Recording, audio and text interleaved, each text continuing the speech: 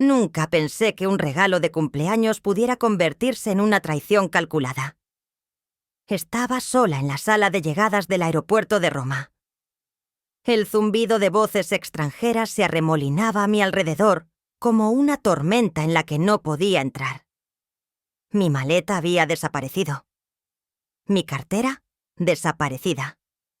Mi teléfono, que apenas tenía un 2% de batería, parpadeó y se apagó justo cuando abrí el último mensaje de mi hijo. Pensé que sería bueno ver si podías arreglártela sola por una vez. ¡Feliz cumpleaños, mamá! ¿Por una vez? Después de todo lo que le había dado. Me dejé caer en un banco, con el cuerpo helado por la incredulidad, pero el corazón ardiendo. Miré mis manos vacías como si pudiera obligarlas a producir respuestas.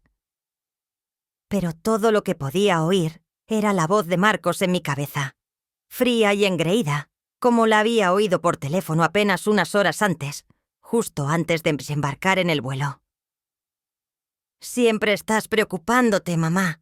Relájate y deja que me encargue de las cosas. Y lo había hecho.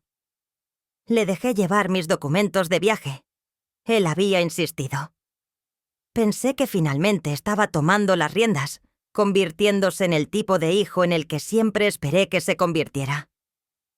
Y ahora estaba aquí, abandonada, con 69 años, sola en un país extranjero. Mi corazón tronaba como si intentara liberarse de mi pecho. Sentí que el miedo crecía, arañándome la garganta. Pero debajo había algo más. Ira, no solo contra Marcos, sino contra mí misma. Por cada vez que dije sí, cuando quería decir no. Por cada vez que le entregué dinero, le dejé tomar mi coche. Cubrí sus fracasos, convenciéndome de que eso es lo que hacen las madres. Había creído que este viaje era un gesto de amor, un agradecimiento por haberlo criado sola después de que su padre muriera. Pero no fue un regalo. Fue una prueba. Y a sus ojos ya estaba suspendiendo. Me abracé a mí misma, no por calor, sino por protección. Quería ver si podía arreglármelas sola. Bien, me las arreglaría, pero no por él, no para demostrar nada. Por mí. Y se arrepentiría de haber dudado alguna vez de si podía. Lo absurdo de todo me golpeó más fuerte cuando recordé dónde había estado hacía apenas 7 días, descalza en el jardín de mi casa en Cádiz, podando rosas bajo el sol, tarareando a los gorriones como una vieja tonta. El teléfono sonó, y era Marcos. Su voz era cálida, inusualmente cálida. «Feliz cumpleaños adelantado, mamá», había dicho. «Tengo algo especial para ti». Recuerdo que se me cayeron las tijeras de podar. «Italia», anunció. «Roma, te he comprado un billete. Siempre has querido ir, ¿verdad?» Las lágrimas llenaron mis ojos al instante. Por supuesto que sí. Marcos lo sabía. Me había escuchado todos esos años atrás, cuando le leía sobre los acueductos romanos en la biblioteca. Cuando me iluminaba hablando del Coliseo. Él recordaba. Pensé que recordaba. Pensé que me quería. Chillé como una niña. Le dije que empezaría a tejer la maleta esa noche. Pasé días doblando cuidadosamente pañuelos y blusas que no había usado en años, rociando agua de lavanda en mi almohada de viaje, como si me fuera a traer suerte. Incluso salí y compré 2 regalos para sus hijos. Pequeños marcapáginas hechos a mano y libros para colorear italianos. Los metí en mi bolso con manos temblorosas, ya imaginando sus caras felices. Sentí que todo lo que había sacrificado, los turnos extra en el hospital, las cenas de cumpleaños que cociné sola, el anillo de bodas empeñado para ayudar con su matrícula, finalmente me era devuelto. En un gesto generoso y considerado. Esa noche me senté en mi porche, bebiendo té de manzanilla y sonriendo a la nada en particular. Pensé, ha cambiado. Incluso lo susurré en voz alta. Está madurando. Quizás hice algo bien después de todo. Debería haberlo visto. La forma en que esquivaba las preguntas cuando le preguntaba sobre el itinerario. Cómo se encogía cuando mencioné ver el Vaticano juntos. Estaré ocupado con el trabajo, había dicho. Pero te lo pasarás genial. ¿Trabajo en mi cumpleaños? Aún así, lo ignoré. Porque las madres hacen eso, ¿no? Buscamos el lado bueno donde solo hay óxido. Nos decimos a nosotras mismas que el silencio es amabilidad, que las mentiras son solo malentendidos. Pero ahora sé que eso no era amor. Era un cebo, y me lo había tragado entero. La primera inquietud se instaló en el aeropuerto. Marcos apenas me habló en el camino, con los ojos pegados a su teléfono, los dedos tecleando sin parar. Intenté romper el silencio con una charla ligera, preguntando si quería que le trajera algo especial o si tenía recomendaciones de cafés romanos. Él asintió distraídamente, murmurando: «Simplemente disfruta, mamá», antes de volver a sumirse en el silencio. En la cena de la noche anterior al vuelo, mi cena de cumpleaños, esperaba risas, tal vez un brindis, tal vez incluso un pastel. Pero la mesa estaba medio vacía. Marcos la había reservado en un lugar moderno y estéril, con luces fluorescentes y sin corazón. Su esposa no apareció. Los nietos estaban en un evento escolar. Solo él y yo, y un plato de pasta demasiado cocida. Llevaba la blusa verde que él solía decir que me hacía parecer un amuleto de la suerte. Ni siquiera levantó la vista cuando entré. A mitad de la comida, mientras intentaba contarle lo nerviosa y emocionada que me sentía, se levantó bruscamente. «Lo siento, llamada de trabajo», dijo, ya llevándose el teléfono a la oreja. Desapareció durante casi 2 horas. Me quedé allí, sorbiendo una taza de té tibio, tratando de no sentirme una carga. Terminé pagando yo la cuenta. Más tarde esa noche, le pregunté si podía imprimir los detalles del hotel para mí, por si la batería de mi teléfono se agotaba durante el viaje. «Ahora todo es digital, mamá», respondió, sin siquiera levantar la vista de su pantalla. «Estarás bien». Lo ignoré. Me dije que estaba ocupado, que los chicos modernos no eran como nosotros. Nosotros escribíamos las cosas, imprimíamos itinerarios, lo comprobábamos todo 2 veces. Ellos confiaban en la tecnología, pero el hoyo en mi estómago seguía creciendo. A la mañana siguiente apenas redujo la velocidad al dejarme en la acera de la terminal. «Manda un mensaje cuando aterrices», dijo, sin siquiera esperar mi respuesta antes de alejarse. Recuerdo estar de pie allí, sosteniendo mi maleta y mi pasaporte, viendo el coche desaparecer en la esquina. Algo se sentía mal. Simplemente no sabía hasta qué punto. No fue hasta que bajé del avión en Roma que todo se desmoronó. Al principio, se sintió como magia. El cálido aire italiano rozó mi piel como la seda. El aeropuerto bullía con el hermoso caos de viajeros y lenguajes que no podía descifrar. Apreté mi tarjeta de embarque impresa, una de las pocas cosas en las que había insistido, y seguí las señales hacia la recogida de equipajes.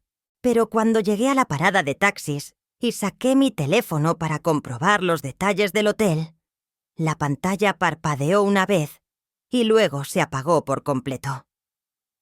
Parpadeé, sorprendida. Podría haber jurado que estaba al 70% antes del vuelo.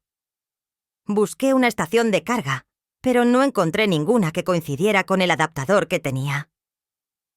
«No importa», pensé.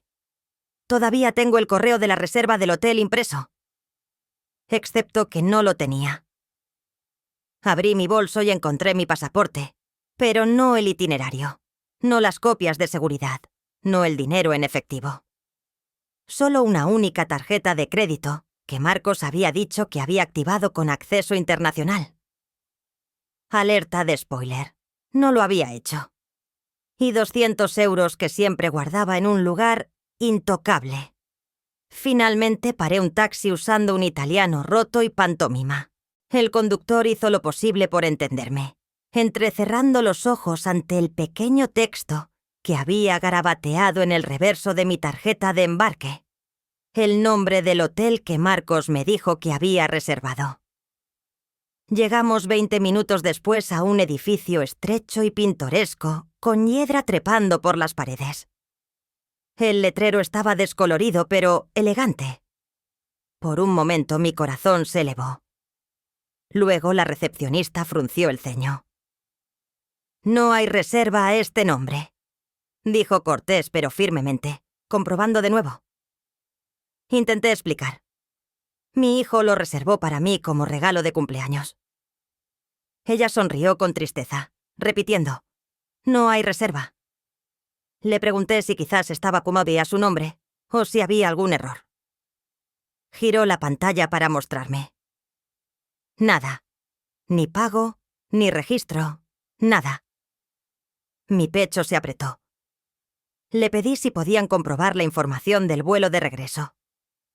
Tal vez les había enviado un correo electrónico directamente. Llamó a la aerolínea por mí mientras yo esperaba en un pequeño banco de terciopelo en la esquina, con el corazón palpitante.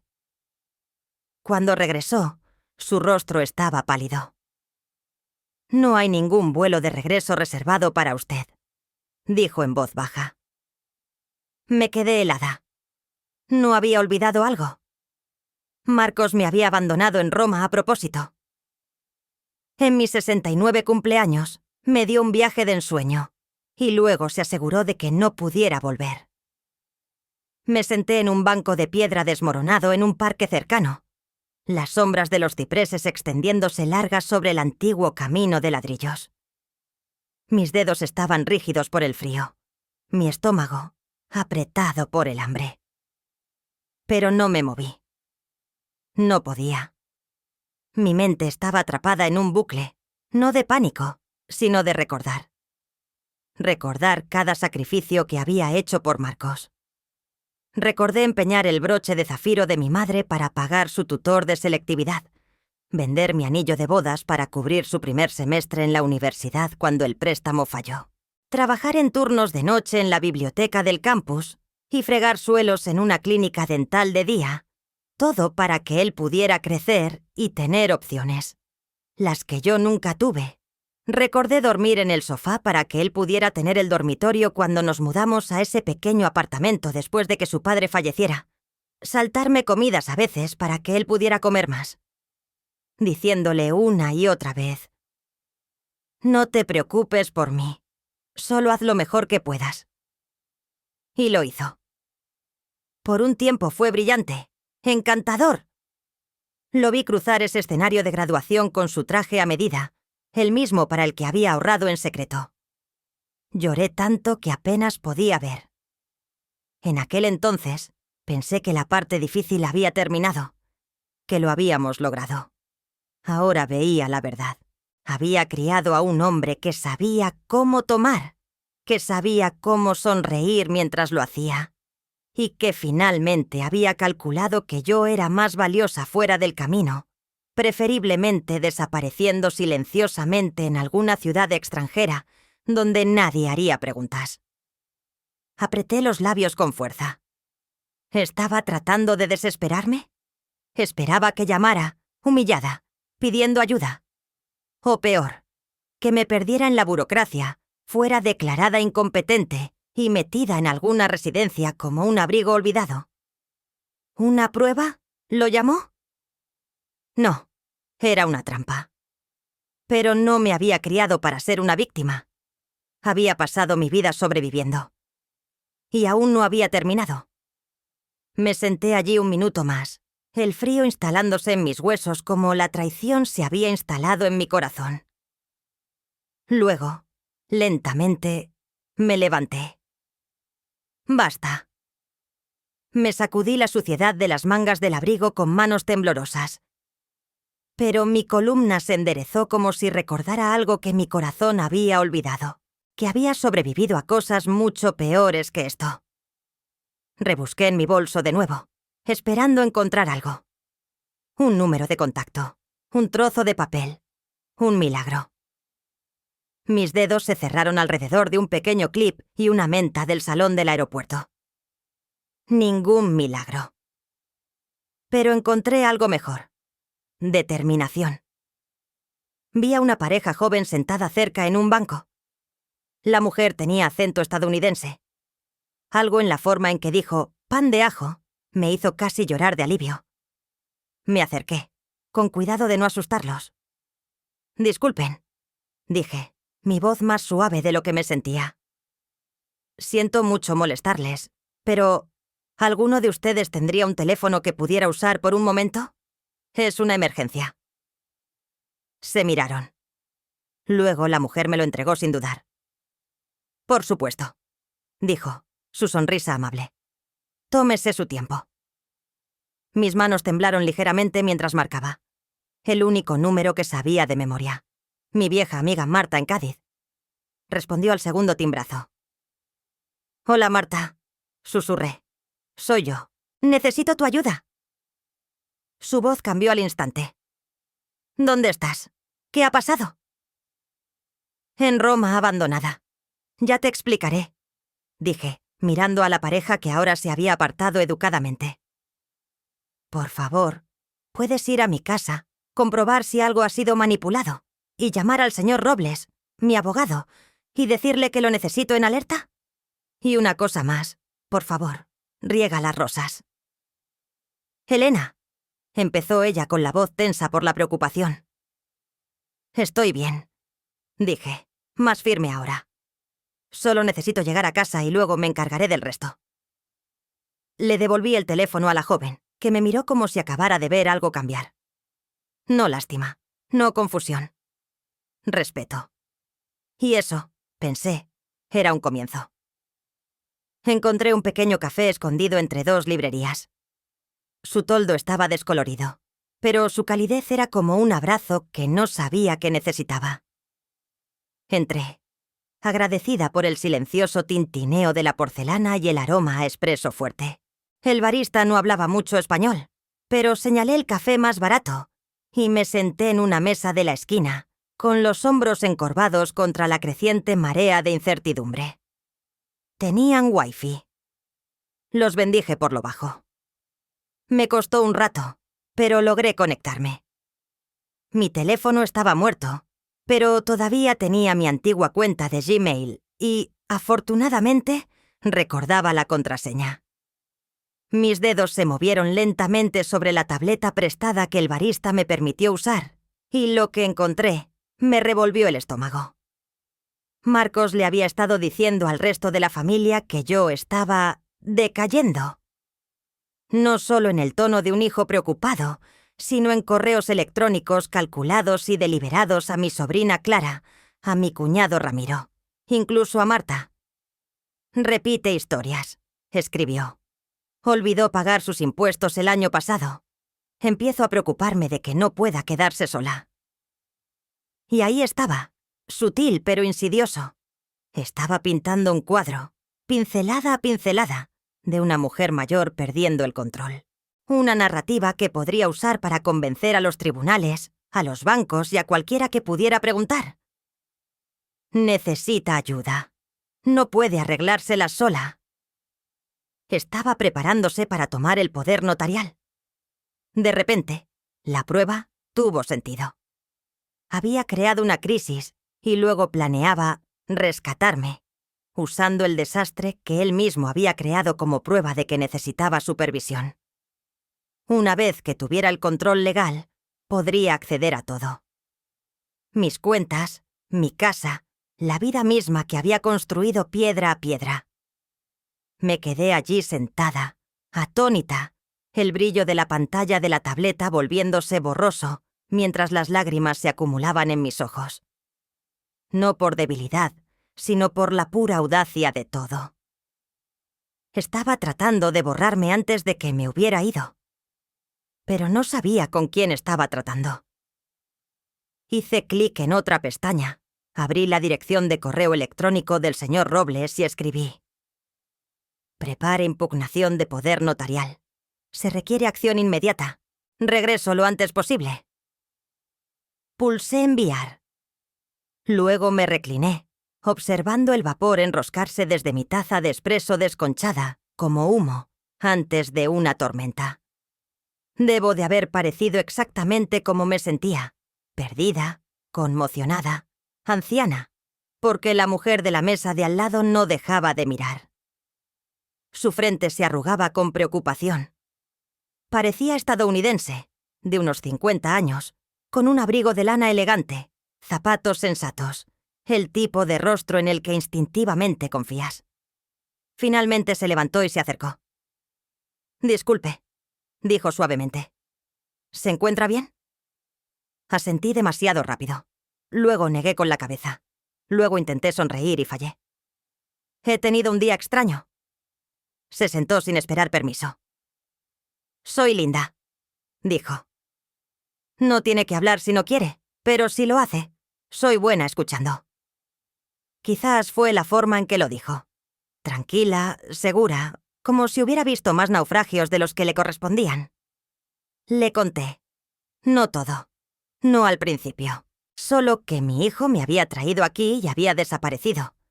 Que no tenía pasaporte, ni dinero, ni forma de volver a casa. Escuchó con ambas manos alrededor de su café, asintiendo lentamente, sus ojos nunca apartándose de los míos. Cuando mencioné sus comentarios sobre la vida asistida, algo cambió en su rostro, un endurecimiento. «Eso le pasó a mi amiga», dijo. Su sobrino comenzó a sembrar dudas en la cabeza de la familia. Lo siguiente que supo es que él se estaba mudando a su casa y tenía el control total de sus finanzas. Tragué saliva. ¿Qué hizo ella? Se enfadó, dijo Linda. Consiguió un abogado. Recuperó cada centímetro que él le robó. Metió la mano en su bolso y sacó una cartera. «Mire, no quiero ofenderla, pero tengo suficiente para un billete de vuelta. Déjeme ayudar». Negué con la cabeza, con los ojos llorosos. No puedo permitírselo. No me está permitiendo nada. Le estoy ofreciendo. Hay una diferencia. Había estado rodeada de gente que solo ayudaba si les beneficiaba. Esta mujer no quería nada, solo que yo llegara a casa. Anotó su número, me metió unos billetes en la mano y la apretó. Llame a su abogado en el momento en que aterrice y no deje que su hijo escriba el final de su historia. La miré durante mucho tiempo después de que se fuera. No me conocía, pero me vio. Y en ese momento, con extraños riendo a mi alrededor y el frío todavía en mis huesos, sentí algo que no había sentido en semanas. Ya no estaba sola. Llamé a Marta de nuevo, esta vez por wifi, con la voz temblorosa, no de miedo, sino de propósito. «Dile al señor Robles que es urgente», dije. «Lo necesito».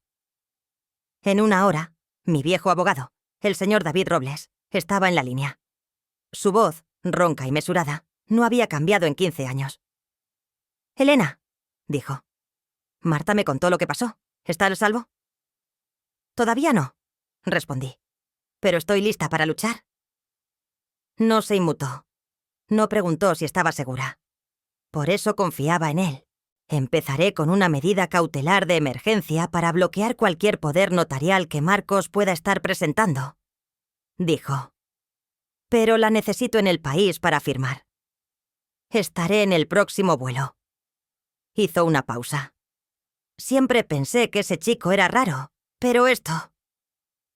Drenia exhaló con fuerza. No sabe con quién se está metiendo. Casi me río. Ni yo tampoco. Mientras hablábamos, me guió a través de los pasos. Congelar cuentas, contactar a la notaría, marcar mis registros de la Seguridad Social en caso de que Marcos intentara algo turbio con los beneficios. Cada palabra se sentía como una armadura que se ajustaba a mi piel. «Tiene un testamento limpio», confirmó.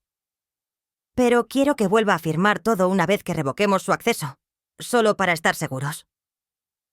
Asentí, aunque no podía verme. Cuando colgamos, miré mi reflejo en la ventana del café.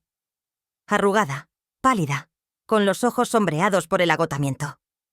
Pero había algo más firme ahora, también. Algo más agudo.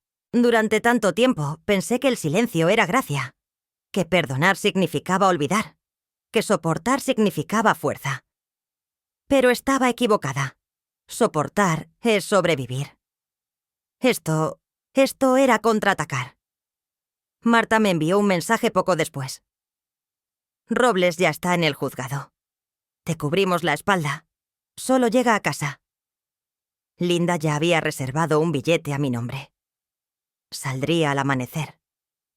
Y aterrizaría no solo como la madre de alguien, o el pensamiento tardío de alguien, sino como Elena Campos, una mujer que una vez guardó silencio por amor y que había terminado de guardar silencio por cualquiera.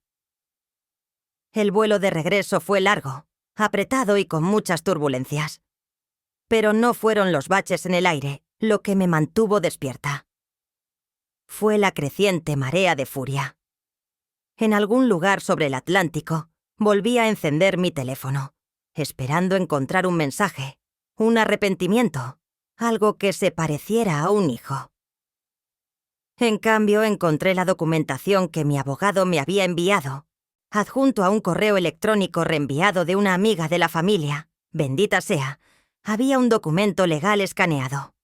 Una petición de poder notarial temporal presentada por Marcos Campos, citando lapsus de memoria repetidos, viajes internacionales confusos e inestabilidad emocional. Estaba fechado el día después de mi llegada a Roma. Ni siquiera se había esperado 24 horas.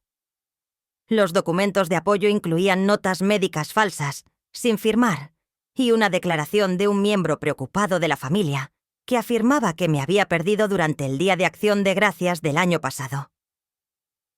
¿Acción de Gracias? Ni siquiera fui a Acción de Gracias el año pasado. Me dijo que lo celebrarían en pequeño. Por supuesto que lo hizo. Estaba construyendo el caso antes de que yo siquiera subiera al avión. Me recliné en mi asiento, con el corazón latiendo con una claridad que no sabía que aún podía sentir. Esto no era negligencia. No era un malentendido. Era un golpe de estado a gran escala. Lo quería todo. La casa, las cuentas, los documentos que había guardado en ese pequeño cajón debajo de la ventana de mi dormitorio durante años. El fideicomiso que Javier y yo construimos. El seguro del que nunca le hablé. Debió de haber encontrado algo, o sospechado. O tal vez solo apostaba a que a los 69 años no me defendería. Pero había olvidado algo importante. Yo lo había criado. Sabía cómo pensaba, cómo mentía, y ahora sabía cómo detenerlo. Reenvié la petición al señor Robles en pleno vuelo. ¿En una hora? Respondió. Recibido. Ya he presentado una moción para bloquearlo. Le llevamos la delantera. Solo aterrice a salvo. Exhalé, agarrando el teléfono como si fuera más que un dispositivo, como si fuera la prueba de que todavía tenía el control. Marcos pensó que me había enterrado en silencio, pero no estaba enterrada. Estaba respirando fuego. Y en el segundo en que bajara de ese avión, no estaría pidiendo que me devolvieran mi vida. La estaría tomando. Aterricé justo después de la medianoche. La cola de aduanas era larga. Me dolían las rodillas de estar sentada tanto tiempo. Y no había dormido en más de 30 horas. Pero nada de eso se comparaba con lo que me esperaba cuando encendí mi teléfono. Un mensaje de vídeo, tembloroso, de baja calidad, enviado por la hija adolescente de mi vecina, Clara. Bendita su pequeña y observadora alma. El pie de foto decía: ¿se supone que esto debe estar pasando? Pulsé reproducir. Marcos estaba en mi vestíbulo, riendo. No del tipo de risa que se oye en los cumpleaños. Este era el tipo feo, triunfante y engreído. Estaba con una mujer que no reconocí. Alta, más joven, con lápiz labial rojo, demasiado brillante para una visita matutina. Y un hombre, con un portapapeles, un notario. Mi hijo levantó un manojo de llaves y sonrió. Vamos a firmar todo esto antes de que vuelva a casa y olvide cómo escribir su nombre. La mujer se rió, haciendo girar un bolígrafo entre sus dedos. ¿Estás seguro de que se ha ido? ¿Ida? Oh, sí, dijo Marcos. Está perdiendo la cabeza. Ni siquiera recordaba qué día era antes de irse. Roma fue la excusa perfecta. La cámara tembló mientras Clara hacía zoom sobre él. Entrando en mi dormitorio. Mi dormitorio. Busca cualquier cosa con el nombre del fideicomiso, dijo. ¿Y esa pulsera de oro? ¿La que mi padre le dio? Se me revolvió el estómago. Estaban revolviendo mis cajones como si fuera un mercadillo. Mis cajones, mi caja fuerte, mi vida. No lloré. No entonces. Tampoco grité. Simplemente observé, con la mandíbula apretada, las manos temblando mientras mi hijo, mi único hijo, se paraba en el centro de todo lo que construí, y lo trataba como si fuera su derecho de nacimiento. Ni siquiera había esperado a que la tinta de sus mentiras se secara. El señor Robles envió un mensaje de texto justo en ese momento. Solicitud de orden de alejamiento presentada. Moción de emergencia pendiente. Quédese donde está hasta que tengamos luz verde. ¿Luz verde? Miré por la ventana del taxi mientras nos acercábamos a casa. Las calles familiares, ahora sombreadas por la traición. Marcos pensó que yo era impotente a 30.000 pies.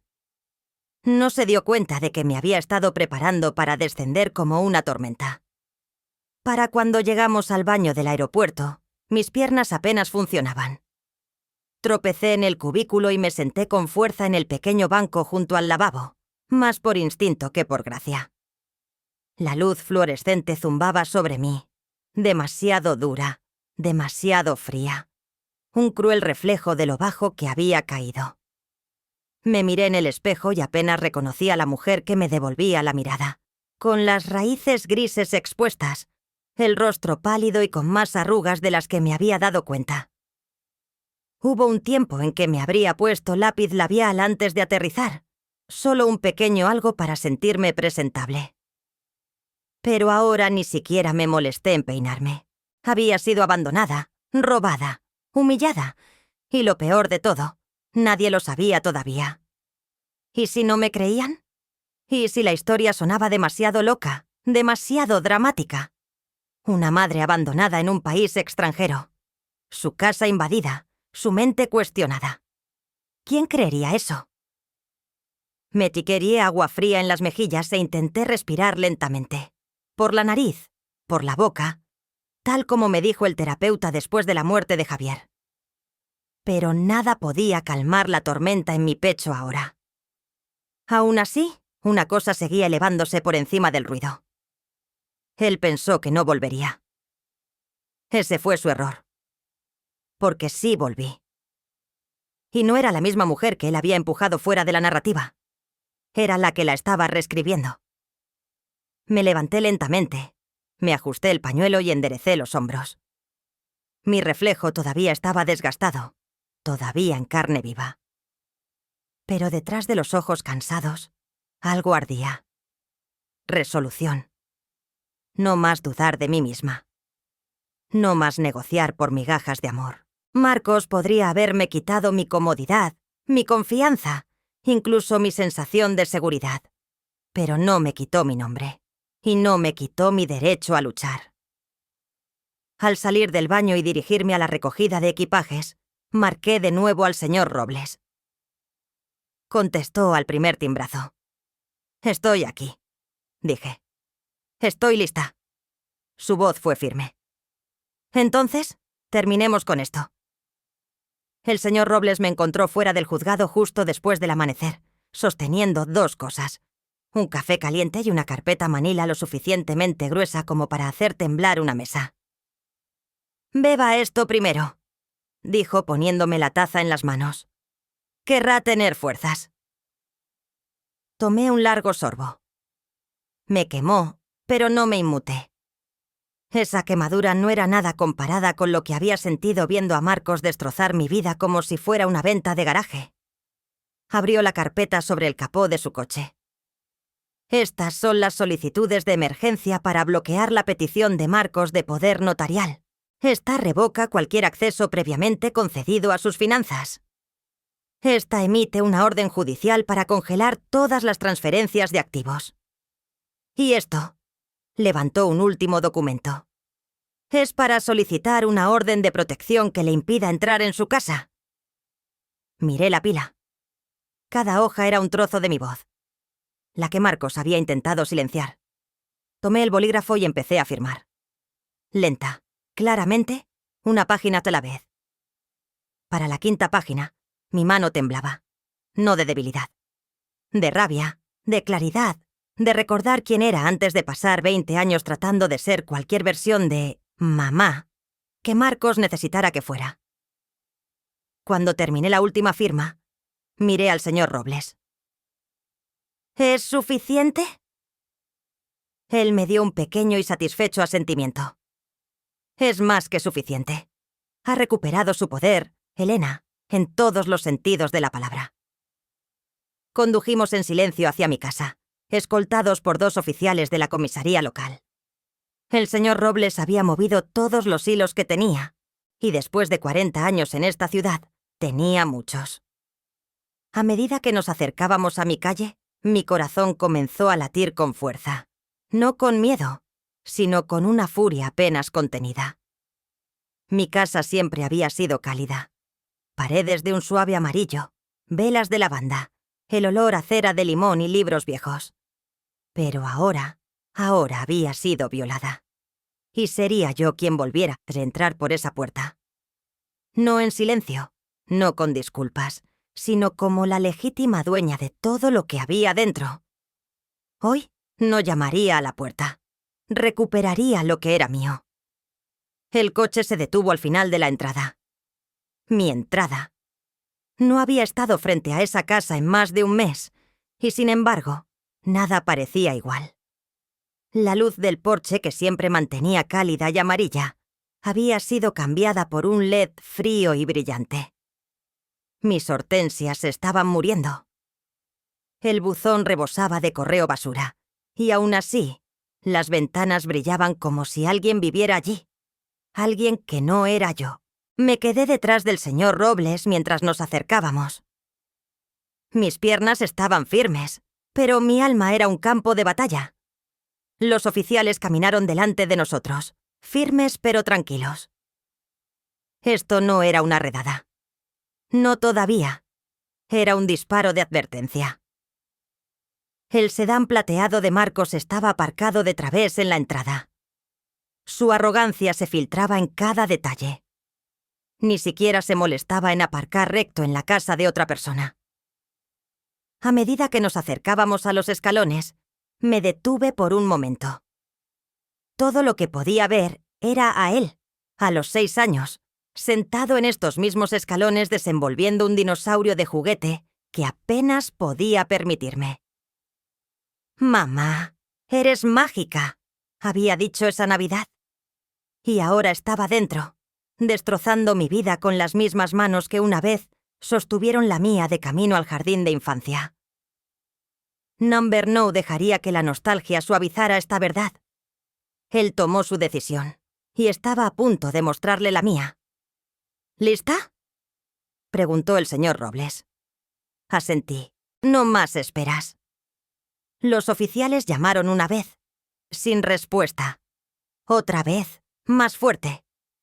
La puerta se abrió con un crujido, pasos arrastrándose, una voz maldiciendo.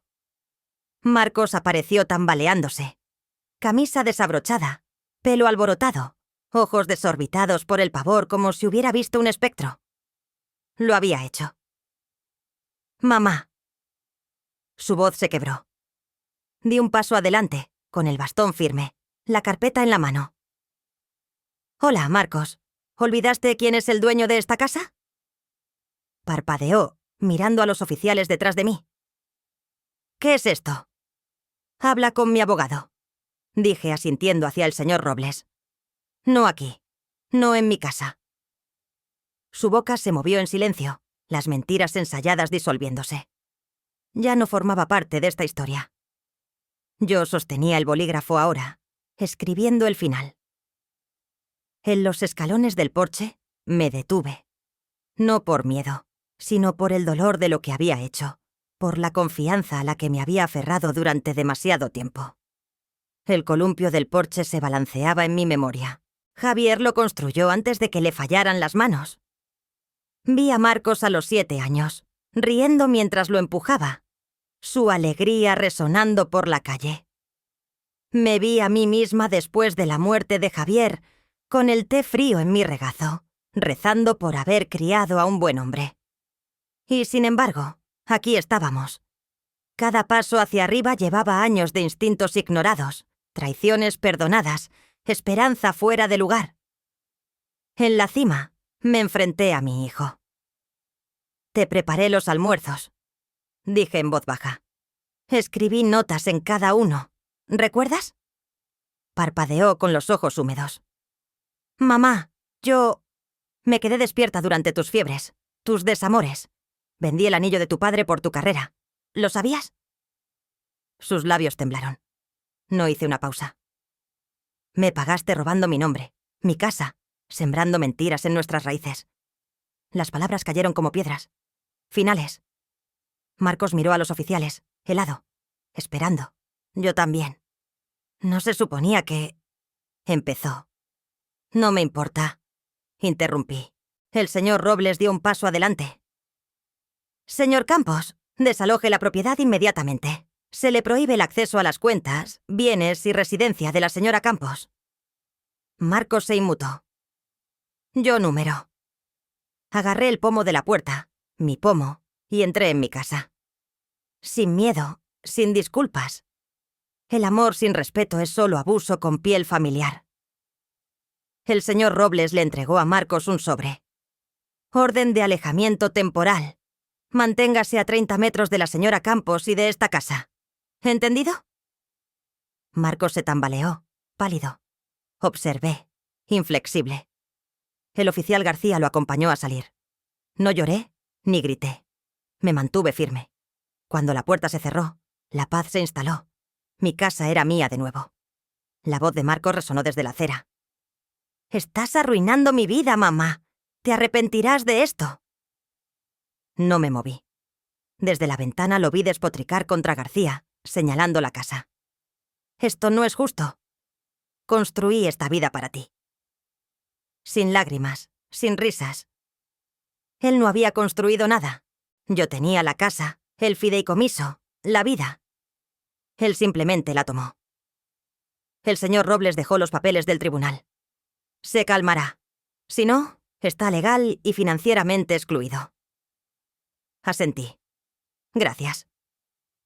El coche de Marcos se fue chirriando, una rabieta sobre ruedas. Me senté en mi silla, desgastada, pero mía. El señor Robles sonrió. «Lo hizo bien, Elena». «No», dije. «Hice lo correcto». Se fue. El silencio me abrazó. No pesado, sino completo. Marcos podría gritar, mentir o intentarlo de nuevo, pero lo haría desde fuera. En mi casa, la manipulación no tenía lugar. Los días que siguieron fueron un torbellino de trámites legales y victorias silenciosas. El señor Robles se movió con rapidez. Su oficina, una fortaleza de papeleo que protegía mi casa, mis cuentas, mi nombre. La petición de Marcos de poder notarial fue desestimada antes de que pudiera ganar tracción. El juez, poco impresionado por sus notas médicas falsificadas y sus endebles afirmaciones de mi, cito, inestabilidad. La orden de alejamiento se mantuvo firme, extendida a un estado permanente después de que una vecina, la madre de Clara, testificara sobre la entrada no autorizada de Marcos, respaldada por el vídeo de la adolescente. Marcos no se detuvo. Envió correos electrónicos a la familia, pintándose como la víctima, afirmando que había perdido la cabeza y me había vuelto en su contra. Pero las mentiras se deshicieron más rápido de lo que podía tejerlas. Marta reunió a mi sobrina Clara y a mi cuñado Ramiro, mostrándoles las pruebas. registros bancarios que mostraban retiros no autorizados, la reserva de hotel falsa, el vuelo de regreso inexistente. Le cortaron el contacto, su silencio más ruidoso que cualquier discusión. Su mundo se encogió. Su empleador lo despidió cuando surgieron las acusaciones de fraude, su reputación como consultor fiable desmoronándose. Las publicaciones en redes sociales de antiguos amigos dejaron de etiquetarlo. Su esposa se fue, llevándose a los niños, no dispuesta a atarse a su barco que se hundía. Me enteré a través de Clara de que se había mudado a un motel barato. Su sedán plateado, ahora una presencia fija en el aparcamiento. No me regocijé. No lloré. Sentí el peso de todo. Décadas de amor vertidas en un hijo que me veía como un medio para un fin. Pero también me sentí libre. La casa era mía de nuevo. Reemplacé la fría luz LED del porche por una cálida y amarilla. Reviví las hortensias, sus flores desafiantes contra la negligencia. El buzón se vació, las velas de lavanda se volvieron a encender.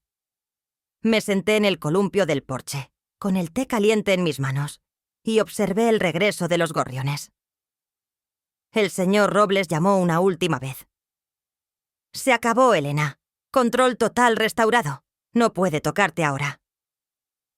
«Gracias», dije con voz firme. Colgué y miré el columpio. El columpio de Javier.